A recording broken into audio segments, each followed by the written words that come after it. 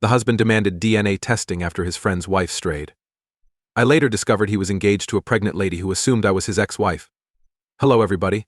I've been with Ken, aka 37M, since I was 16. I met him at school as my brother's buddy. I have a 2-year-old boy and one on the way after 10 years of marriage. Ken was my person forever. I can't imagine living without him, yet I've never loved him. Growing up with him, he's everything. Unfortunately, Ken reads everyone's sentiments too literally. Not that it's horrible, but his closest buddy of 20 years recently discovered that his wife has been cheating on him and that none of his children are his. His friend is distraught and sleeping in our guest room. He's sweet, but life is crushing him. He decided to divorce. Ken becomes melancholy as he spends more time with his pal. All so far. We used to get up at 6 a.m. with our kid and cook breakfast, then wake Ken up at 8 a.m. with coffee and breakfast before dropping off our child at childcare and heading to work. Ken normally works from home, only coming in on Mondays. I gave him his coffee, he kissed me, and I went on my joyful way. After work, I'd grab our son and head home to Ken cooking tea. While he bathed and put to bed our son, I cleaned up. Thought this was life. It may seem mundane, but I enjoyed my life. Love flooded our home. Nights were spent hugging, chatting, and watching movies. Monthly date night. We took our youngster out on Saturdays and visited relatives or friends on Sundays. You see, I'm rambling. Sorry. However, things have changed in the previous month. Depression has increased for Ken. I make him coffee in the morning and receive a mumble. When I got home from work, the friend and him were watching sports in the living room. Now preparing tea. They won't talk to me while bathing our baby. We don't go out on weekends, so I feel like a single parent.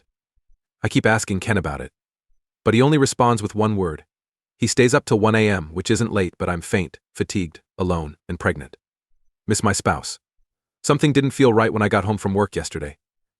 I went to locate Ken to see what he was doing because his pal wasn't home but his car there. He searched his office for DNA kits for our kid. He told me he wanted to make sure all the kids were mine before continuing to care for them, as I'm not a free childcare. It broke me. Devastated is an understatement.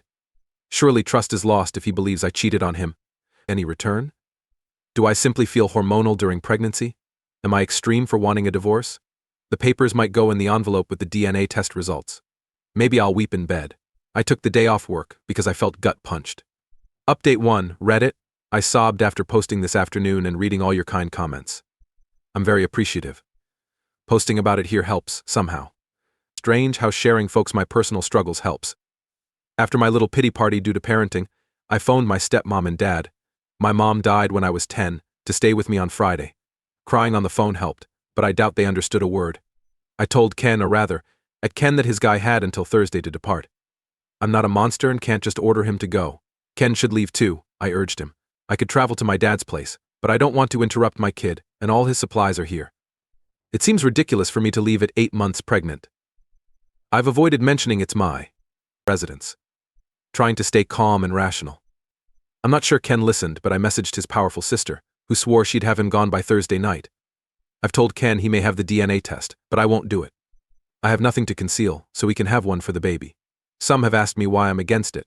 Allow me to clarify. As I indicated in my last piece, Ken is my person, thus I would never cheat. Only him have I been with. So that's not my issue. It hurts me that he wants one since he doesn't trust me. Things I desire, mostly to make him pass the DNA testing. Venting, not literally. Couples treatment is also recommended. I saw one since I lost my mother and small sister in a car crash as a child. I recommend he sees one alone, but you may lead a horse to water but not make him drink. I won't make him do anything he doesn't want.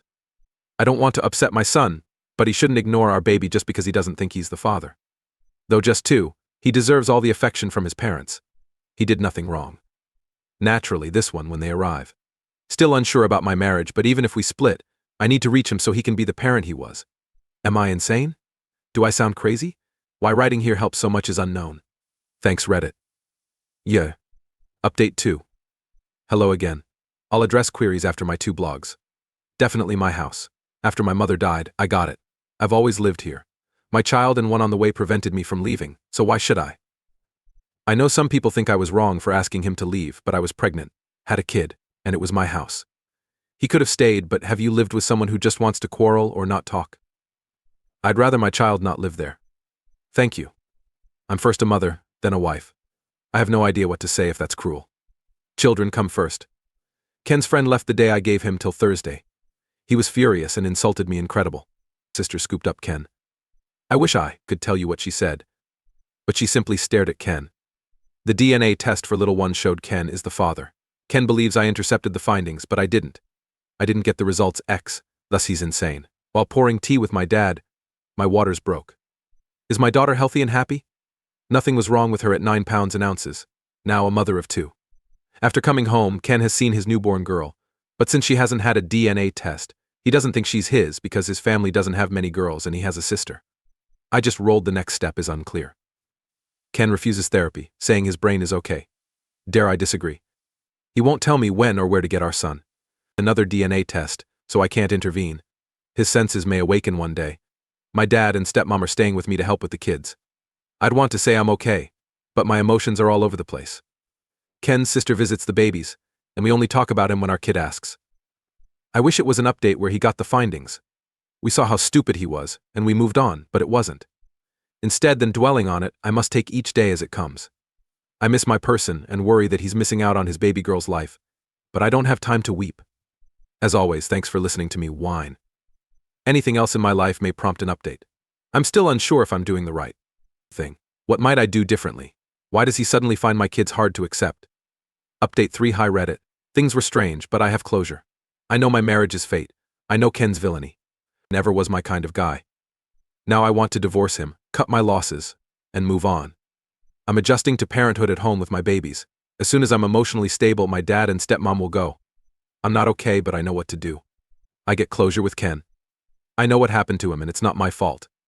Ken had an affair and is pregnant. Even typing that makes me queasy. When a pregnant woman knocked on my door and inquired when I was leaving Ken's house. I learned this. This puzzled me to death. We chatted for a long to figure out what she was saying. Actually, she's Ken's sidekick. She's his fiancée in her thoughts. Ken proposed in my fucking kitchen on one knee a month ago. Classy, yes. Some time ago they started dating. Her baby is his. She thinks Ken is letting his ex-wife stay in his house until I get on my feet. I have no Ken-related children from our breakup years ago. Ken works from her house when I go to work in the morning. They were waiting to marry and move in. How can you marry someone you're married to? So odd. I requested evidence. She has couple photos. She has an account they produce stuff on. I told her we're married and explained everything. I don't know her plan. Not my circus, not my monkey. Now I want divorce. Can a solicitor not represent the person you divorce after discussing divorce? Since the first hour is free, I intend to tour our area and speak with as many lawyers as possible to make it hard for him to find representation. Is that too petty? He can't seize my house since it's protected and in my name. We split home costs in our joint account. But I have all my money. I haven't spoken to Ken. He was expelled from his sister's residence and utterly cut off by his family. I don't think he had a brain tumor or anything. I guess his actions caught up to him since his falsehoods would come out when his baby was born. I suppose it happened. He tried to battle his way out of a corner. I will want DNA testing from the divorce court to prove both, although he may not believe it. All of this fatigued me psychologically, and I wondered how I missed it. You may need an eye exam. Is it too much to make his life as difficult as possible to receive legal advice? I want him hurt. December 1st, 2024, Update 4. Hello again, Reddit, I'm okay. I entirely forgot about my ramblings here, haha. I'm okay. Ken and I are divorced. This stage of my life took a long time and I felt like I was drowning at times. Ken's DNA was found in both of my kids. Court tests. He's still skeptical. But not my problem. Domestic abuse landed Ken in prison. I wasn't involved, therefore I'm not sure. His side piece. I wish I could claim I don't cry and am over it, but I'm not. After my maternity leave, I returned to work. I was promoted. So I'm used to living with just us 3. My kids inspire me and make me proud. They visit their grandparents and dad's side and are extremely kind and supportive. He has a lovely sister. Don't know what more to say. I'm okay. My children are doing well after my divorce. I appreciate my children but can't thank Ken for anything. 18-year-old niece engaged to 36-year-old man she started dating at 17. Because I dubbed him a predator. My family felt I was envious. My 44-year-old brother is much older than me, 33M. He had a child at 25, making me an uncle at 14. I bonded with my niece Ella, now 18F, since we were close in age. My brother and his family relocated when she was 16, so we see them less and catch up at family functions. My niece informed me about her boyfriend at Christmas last year, but I didn't know him. He was invited to Easter and other occasions but never attended. For our mother's birthday, my brother invited Ella's boyfriend so we could meet him. The birthday was yesterday. I was excited to meet Ella's boyfriend, Mark, but I was surprised when I saw her walk in with a man twice her age. She introduced him to me and I smiled but was worried. I asked my brother how old Mark was and he said 36, double Ella's age. She said he was older, but I thought early to mid-20s, not around 40. Then they called us in the living room with great news. Ella handed us a ring and announced their engagement. I said what the heck and everyone stared at me like I was insane. I told them they were crazy if they believed this was usual. No 30-year-old should date an 18-year-old. And she shouldn't marry. They all said I ruined Ella's happiness. I'm disgusted that others claimed I was envious of Mark. I'm younger than Mark, but I'd never date someone under 25. The fact that they'd been dating for a year and Ella turned 18 7 months ago doesn't make it legal. But they said if they were happy, that's all that mattered. I told them they were sick for permitting this and that he was a predator, but they ignored me. I know this isn't my business, but Ella worries me. The young woman doesn't know what she's doing. I'm afraid she'll marry him and be unable to leave when she discovers how horrible it was. I fled, slammed the door, and have received strange texts and calls since. If I wasn't incorrect and only overreacting, I don't know how to convince them. AITA, November 9th, 2024. I've spent 24 hours contemplating this. I took most of the comments' recommendations and decided. Maybe informing her and everyone the relationship is awkward was okay. I think I did it badly, and it was harsh since it was in the moment. I still find this strange and don't think she should marry. I've chosen to one. She deserves an apology. I texted her to apologize for my reaction and explain I should have thought it through. I told her I loved her and wanted her to be happy, didn't want her to be sad, and had her best interests in mind. 2. Asked to discuss this with her. I asked if she was free to meet out and maybe have coffee this week. To talk about things with a clean head. I want her to understand why it's unusual and why marrying him may not be a good idea. 3. Describe yourself to my brother. He received a text expressing that I was sorry for my tone, but that it needed to be expressed. I told him Mark is a predator and this connection might harm Ella. Still waiting for their responses. I'll update when they reply or when Ella accepts, depending on how long it takes. While I wait, I want to thank everyone who gave me advice, was constructive, and attempted to help my niece. I also give my best to everyone in the comments who shared similar grooming memories as a youngster. Sorry this occurred to you, I hope you're well now. November 12th, 2024. Update 2. See last article. Ella reacted to my SMS and said she would meet with me to chat. I just returned from seeing her. It went like this. She asked me what I wanted to tell her, and I said I didn't think her relationship was healthy, and no older guy should date a teenager. She was a great woman, so I wasn't surprised that someone would want to marry her, but people my age shouldn't even look at teenagers. She wasn't persuaded but acknowledged it's sometimes true and, okay. She remarked it seemed odd if I told her someone born today may be her future mate. She declined my offer to date a person under 15. I saw her realizing Mark might not have been sincere. She faintly acknowledged his prior relationship and gave me the girl's name when I inquired. She stated the girl was 21 when I inquired.